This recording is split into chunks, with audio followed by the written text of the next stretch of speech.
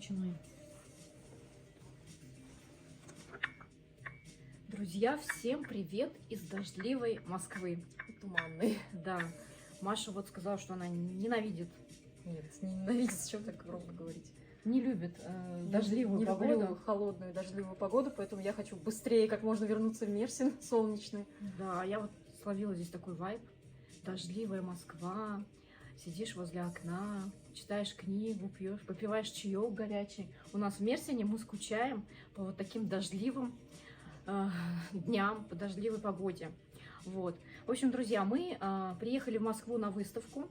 Выставка International Property Show. Это наша любимая выставка, на самом деле. Организаторы молодцы, даже в такие непростые времена. Всегда бывают люди на выставке. Это говорит... Большая проходимость, и значит, очень хорошая реклама у организаторов. Да, хорошая реклама, потому что нам есть, да, с чем сравнить. Да. Буквально недавно у нас была выставка. Когда мы, Маша, ездили? В сентябре. В сентябре мы ездили на другую выставку, не буду делать антирекламу. Вот, может быть, ребята одумаются и поймут, что все-таки нужно вкладывать деньги в рекламу, раз вы берете такие большие деньги за проведение выставки. Вот, ну там вообще не было народу, мы просто посидели, вот, а все-таки на вот этой выставке на Тишинке, которая прошла вчера, последний день, там народу было очень много, особенно во второй день, в субботу. Интересно, много мы для себя сделали таких заметочек, скажем так. Ну, вот начнем, наверное, по порядку, да. Во-первых, все знают, что сейчас после некоторых событий у нас на рынке недвижимости в Турции наблюдается кризис. Связано это со многими факторами, мы много раз об этом говорили, не буду все их перечислять. Упомяну лишь последний, это увеличение минимального порога до 200 тысяч долларов. Это неправильно говорим, числительно? По кадастровой стоимости. Да. То есть порог для получения вида на жительство на основании ТАПУ. Только поставлю чашечку так. Да, и в связи с этим, конечно, это не могло не повлиять на спрос недвижимости. И так у нас были перед этим события, которые не очень хорошо повлияли. Вот. Но тем не менее, что хочу отметить, на выставке было представлено около 40 турецких агентств, застройщиков и так далее. И ни один стенд, в принципе, не пустовал. То есть у каждого стенда стояли люди, вот. И к нам достаточно много людей подходило, но что хочется отметить, какие вот изменения, да, если мы раньше ездили до всех вот этих вот законов, до землетрясений и так далее, у нас просто вот очереди были возле нашего стенда, и люди приходили подготовлены, то есть они приходили: здравствуйте, мы на вас подписаны, мы вас ждали, мы знаем про Мерсин. Да, мы пришли на ваши проекты, все, показывайте. То есть это прям горячая, подготовленная публика. Вот спасибо Турции, ну не Турции, а спасибо за то, что остудили интерес именно горячей аудитории, которые лояльные, которые готовы были покупать и с удовольствием вот приходили и бронировали у нас квартиры. В этот раз публика была немного другого плана. Люди приходили с запросом, им нужна была квартира у моря и дача. Вид на жительство им не был нужен. Кстати, это интересно, это для меня было открытие, потому что я все-таки думала, что, ну вот как на прошлых выставках,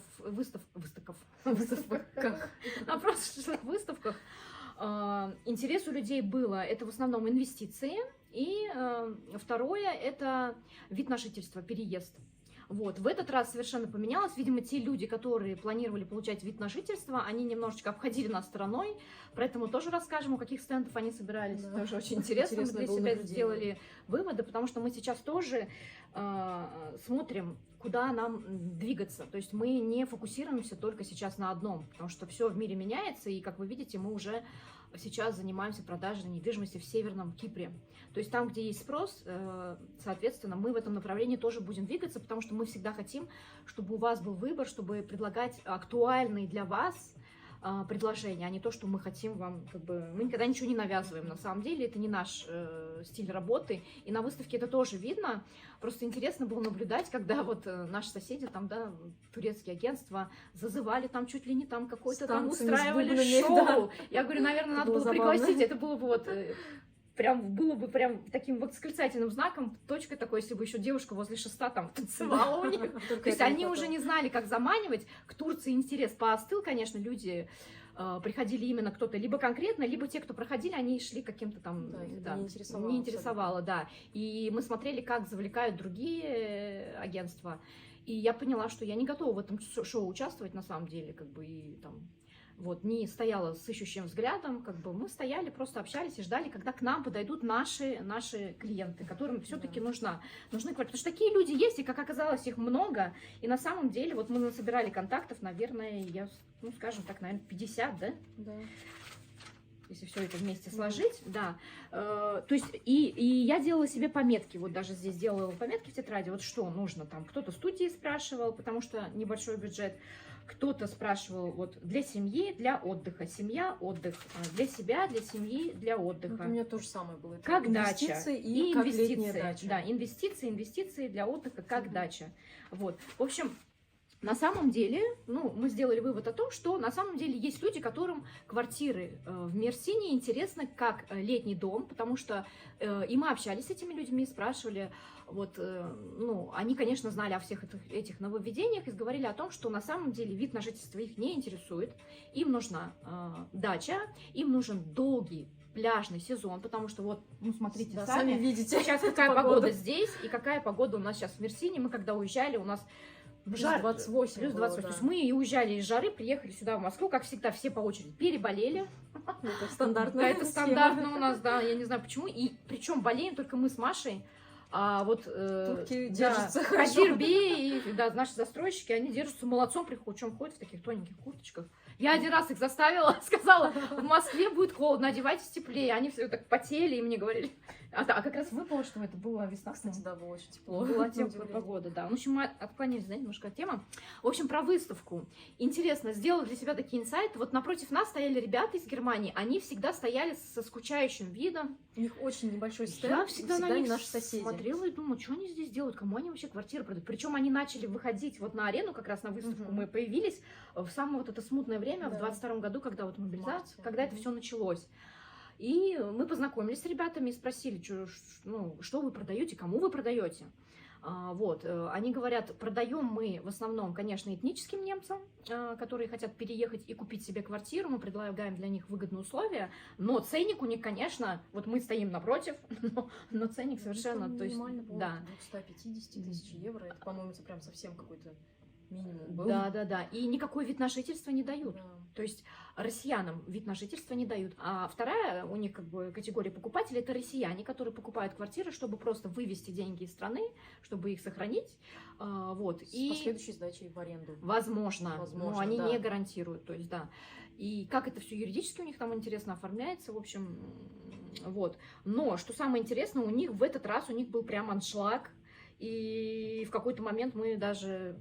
Там застройщики подорвались, да, что там Алиу Луиншат подбежал, что происходит, мороженое, что ли, раздают, а у них прямо очередь. И я вспомнила нас, да, вот в эти времена, когда у нас вот это вот, самые первые наши выставки, вот последние 3 у нас вот, конечно, не в таком формате уже проходили. И, кстати, еще был стенд Испании, и тоже в этот раз у них было очень много народу. А предыдущие выставки как-то к ним, видимо, то, что Европа, да, к ним прохладно относились, у них всегда было пустовато. К чему мы это все говорим? Мы говорим к тому, что на самом деле рынок недвижимости, он не может быть всегда вот в такой вот полосе, то есть всегда хорошо.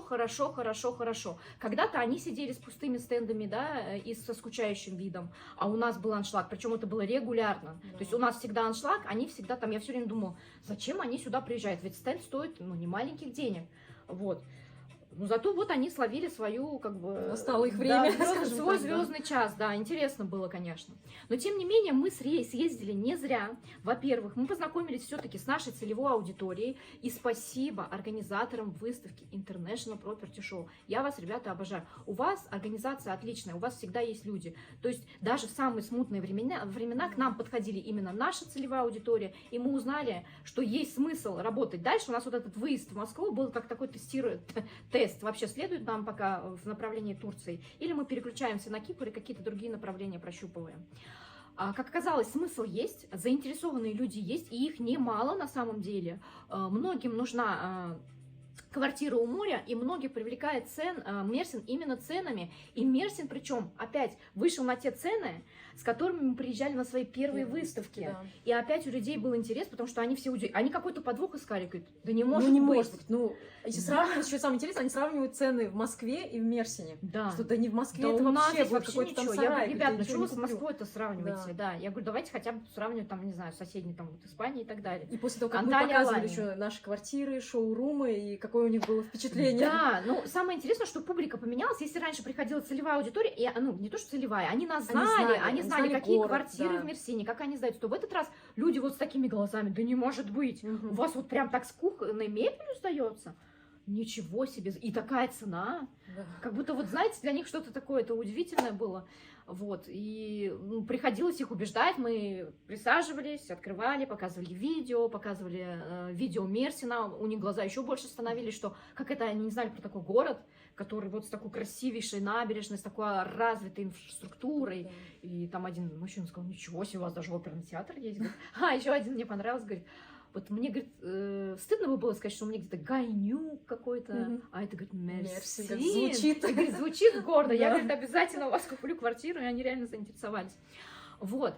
Еще хотелось бы поблагодарить наших любимых подписчиков, наших клиентов, которые уже вот стали как талисман и такое вот вдохновение для нас, да, вот источник вдохновения для нас, даже в самые унылые времена, когда мы приезжали, и никого, вот на предыдущей Да, выставке, никого не было, никого они не всегда было. нас поддерживали. Есть клиенты, которые приходят на каждую выставку, и я уже не представляю, если вдруг они не придут, мне кажется, уже вот у нас и настроение будет не Да. то.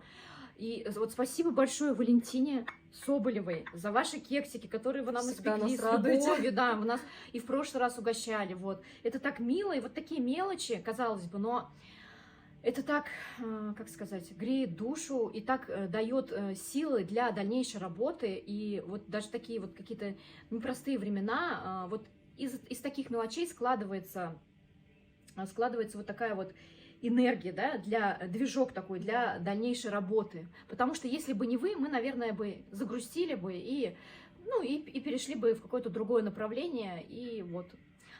Наши постоянно еще Геннадий с Еленой. Большой привет вам Обязательно, тоже. да, Спасибо, Геннадий что с всегда Еленой приходите. всегда приходят, всегда приятно с ними пообщаться, тоже вот каждый раз. Еще.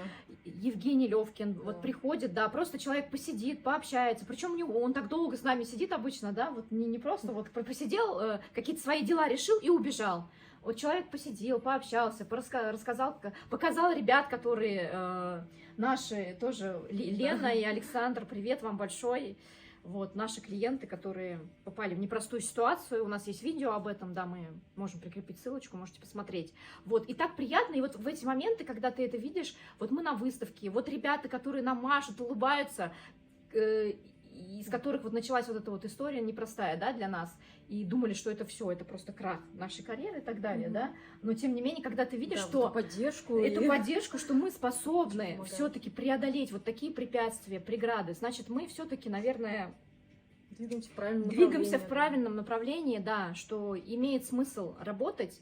И у нас выбран правильный вектор в работе с клиентами, с нашими, потому что вот это человеческое отношение, вот эти просто вот такие вот приятные мелочи в виде таких вот кексиков, просто улыбок, просто каких-то разговоров, внимания, оно дорогого стоит, вот, друзья мои. Спасибо вам большое. Да, Также... и подписчики, которые вот впервые пришли к нам познакомиться, Да. тоже огромное спасибо, было приятно очень пообщаться. Как лично. зовут женщину? Ольга. Ольга. Еще одну не помню, к сожалению. Да, 2 подписчицы Да. пришли, спасибо вам большое. Вот. И так приятно видеть своих подписчиков, что это такие светлые, улыбчивые, добрые люди. Да. Это вообще очень радует, что у нас такая вот аудитория, что такие у нас приятные подписчики. И на самом деле на каждой выставке, да, просто подписчики тоже приходят, просто пообщаться, просто там спросить, как у нас дела, чем-то там угостить, или просто посидеть вместе, там вот спросить, как кто-то уже в дальнейшем становится из подписчиков, конечно, нашими клиентами. Вот, в общем, интересная была у нас эта выставка, прям такая, скажем так, как сказать, она такая вот атмосферная, по энергетике какая-то теплая, душевная, добрая, как всегда, в принципе, но в этот раз по-особенному, потому что непростые сейчас времена. На фоне всех этих событий, казалось бы, мы могли просто вот сидеть, грустить, как вот некоторые наши коллеги, я смотрю, никто к ним не подходит, сидят такие, да, вот, они там что-то стараются, там что-то делают, предлагают какие-то игры, там шоу устраивают, да, вот, как приятно, что все-таки вы у нас есть, спасибо, дорогие мои, вот, поэтому мы будем работать, спрос есть.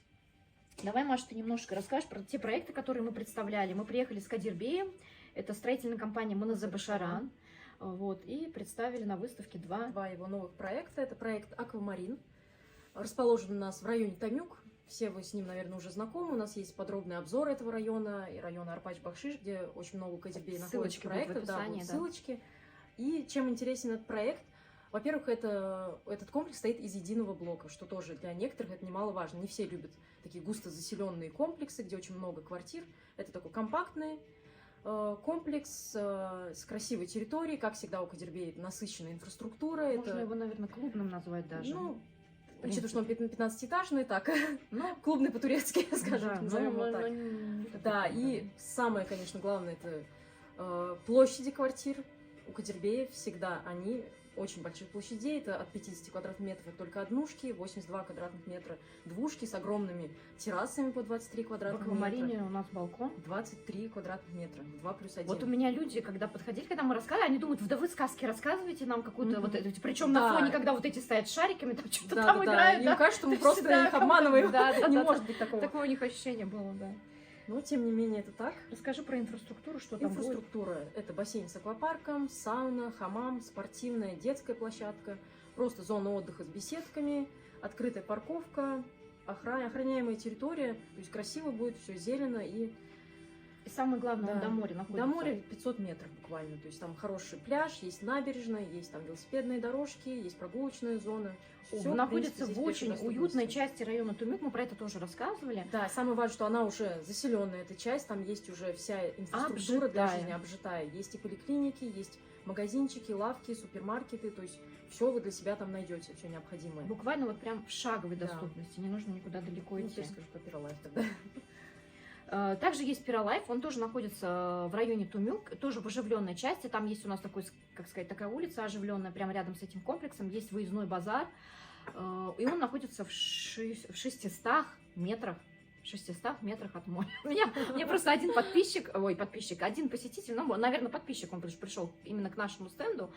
Он говорит: Вита, я не могу вас не поправить, у вас, в принципе, хорошая речь, но вот вы числительно неправильно произносите, у меня мама просто учитель русского языка. Я пришла домой и начала изучать, как правильно склонять числительные. Так вот, не в 500, а в 500 метрах от моря.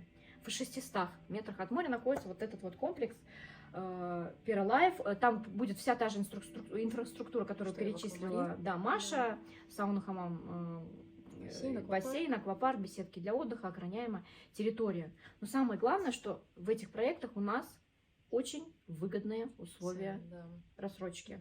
Расскажи, Маша, какие там условия рассрочки у нас в Пиролайфе? В Пиролайф, к примеру, у нас рассрочка будет примерно 18 месяцев, так как этот проект сдается в мае 2025 года, соответственно, рассрочка будет до окончания строительства. И важный очень момент – это первоначальный взнос от 30%.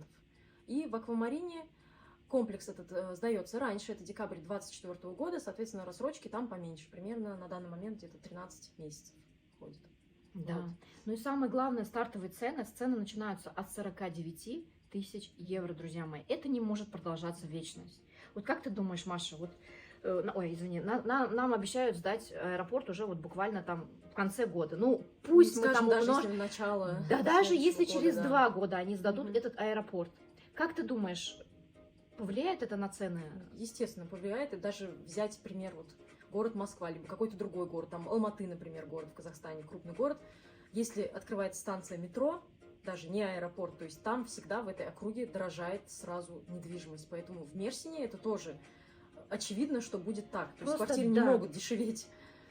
Просто это не может не коснуться, то есть везде дорожает, а вот в Мерсине не дорожает. Нет. Да, и если вот ко мне подходили люди, которые купили квартиры в Мерсине, и которые вот сейчас просто в шоке, что происходит. Они говорят, они что, там все с ума сошли, вид, что происходит, почему они продают сейчас квартиры, ну вот имеется в виду... Даже за бесценок, да. Потому что некоторые предложения, они просто вот... Ну просто хватай и бери, да. Да, ну то есть можно купить там 2+1 за 70 тысяч евро с видом на море. Вот, то есть я понимаю, что на вот фоне всех этих событий люди, наверное, где-то как-то паникуют. И если они покупали квартиры по цене двухгодичной давности, тогда это можно понять. Но если они покупали на пике, Такие тоже есть, которые такие продают тоже сейчас. есть. Ну зачем, ребята, вот зачем? Зачем вы это делаете, когда... Ну, подождите чуть-чуть, мы же не говорим, ждите 5 лет. Вы же уже практически, в принципе, у многих из вас, кто продает эти квартиры, у многих из вас это либо готовые комплексы, либо это уже вот возведенное здание и сдастся через 3 месяца. Ну, подождите чуть-чуть. Дождитесь окончания строительства. И неважно, будут здесь иностранцы или не будут. А я уверена, что будут. У нас еще для вас есть одна новость, которой хотим поделиться.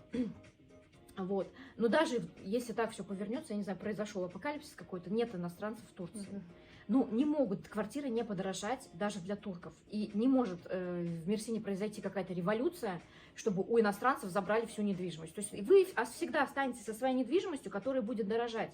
Потому что недвижимость это находится в городе, который развивается. В городе, в котором есть университеты, в городе, в котором есть огромные там клиники, Аджибадом, там, я не знаю, город, в котором муниципалитет, в который вкладывает большие деньги, и это вы тоже можете... И это видно, причем, что это не просто там как-то показательно, просто пройдясь по городу, прокатившись, видно все вот эти вот классные социальные какие-то проекты для молодежи, то, что делает мэр Мерсина. Да. Это очень круто. И вы это, кстати, можете посмотреть на видео. Да, мы тоже вот проехались по городу и да, показали, что делает муниципалитет для жителей города и как он на самом деле видно, куда уходят деньги, да, что город все краше и краше становится, с каждым разом все лучше и лучше. Это город социально активный, это молодой город. Ну, как молодой город в плане того, что здесь очень много молодежи живет, потому что есть университеты. Соответственно, муниципалитет поддерживает все виды спорта. Есть огромный стадион, есть комплекс гимнастически оснащенный по всем стандартам олимпийским, есть олимпийский бассейн. То есть, да, то есть это город, который процветает и будет процветать дальше. Вот, то есть турки сами всегда будут здесь жить, они будут здесь жениться, будут рожать детей, будут приезжать новые люди, да, будут приезжать на курорт, да, будут покупать как дачу, потому что и пляжи у нас тоже становятся все лучше и лучше, и идет город, растет туда вдоль Селивке. Поэтому, дорогие мои друзья, давайте уж без паники, давайте дождемся хотя бы окончания строительства ваших комплексов, чтобы вы вышли с плюсом. Вообще, по-хорошему, давайте дождемся, пока устаканится вот эта турбулентная ситуация. А я уверена, что она устаканится в ближайшее время, потому что у нас еще одна новость есть. Давай, Маша, ты расскажи про это. Новость очень важная для тех, кто ждал изменений по поводу ВНЖ. У нас сейчас есть информация, что сейчас, на данный момент, если вы получили ТАПУ после 16 октября этого года, вы имеете право подать на туристический ВНЖ.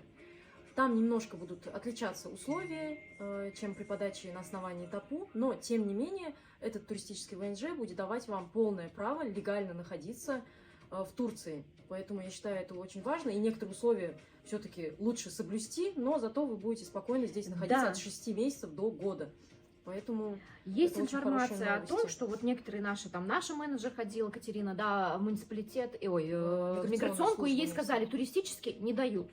Но как не дают, если мы звонили 6 раз, то есть ей этот ответ дали, но в Турции такая система, то есть они, когда мы первый раз звонили и говорили им о том, что повысили порог, они еще об этом не знали.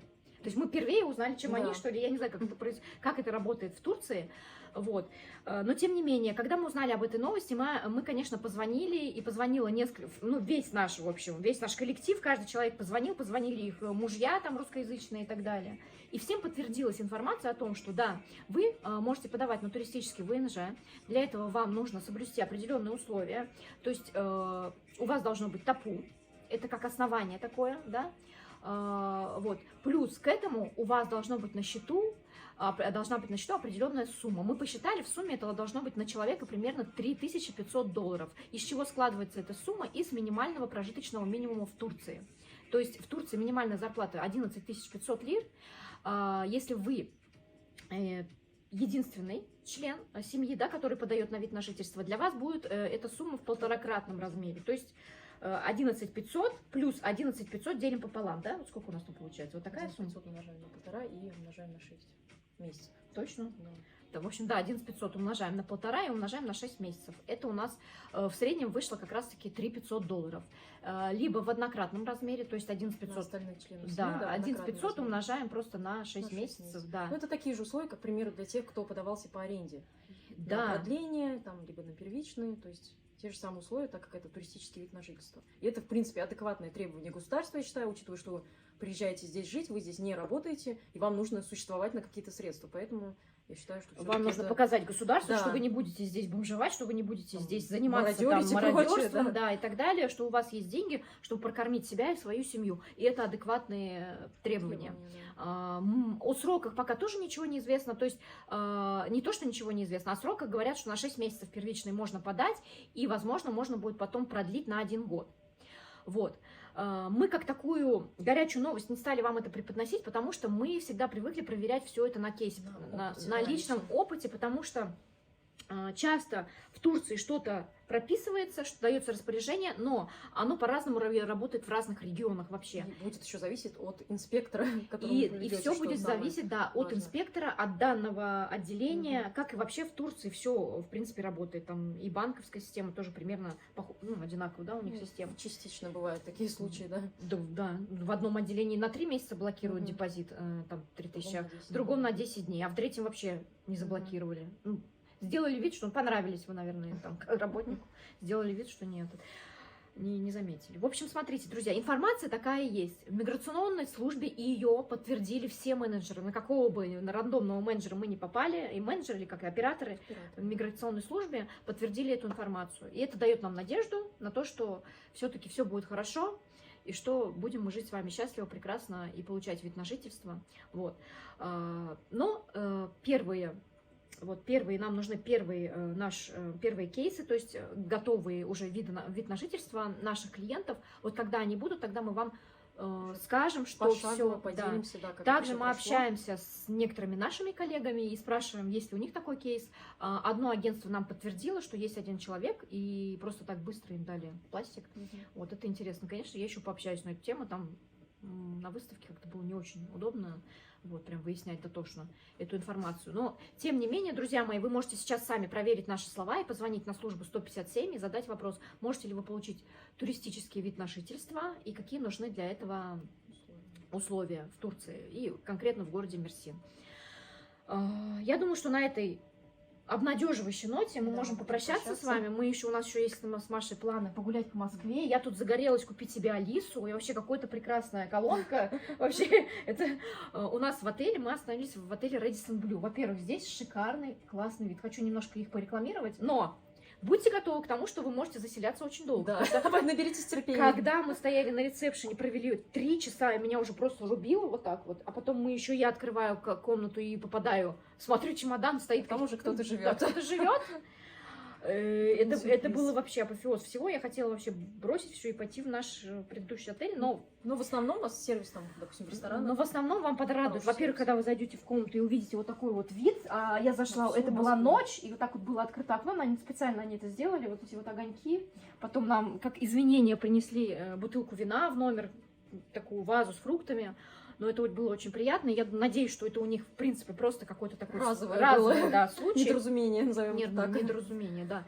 Вот, в общем, нам здесь очень понравилось. И вот этот вот вид на Москву, он меня прям вдохновил, чтобы мы записали для вас это атмосферное видео с такой дождливой, серой Москвой. Даже учитывая, что она сейчас туманная, это все равно красиво. Это все равно красиво, да. И в этом есть своя какая-то вот энергетика, атмосфера, чего нам не хватает в Мерсине. Но заряжаться, жить, конечно, в этом постоянно я бы, наверное, не смогла. Я бы точно нет. Но ностальгировать сюда, приезжайте Да, вот так вот на в недельку. таком отеле, я, наверное, буду останавливаться. Вот.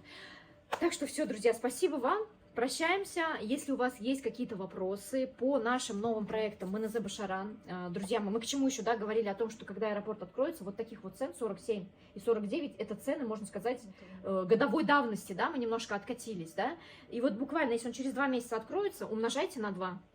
Вот, и все надо делать в свое время. Покупать квартиры надо на падающем рынке, несмотря ни на что.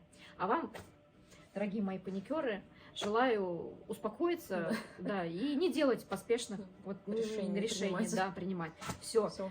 пока-пока, Всем спасибо, да, всем пока. всего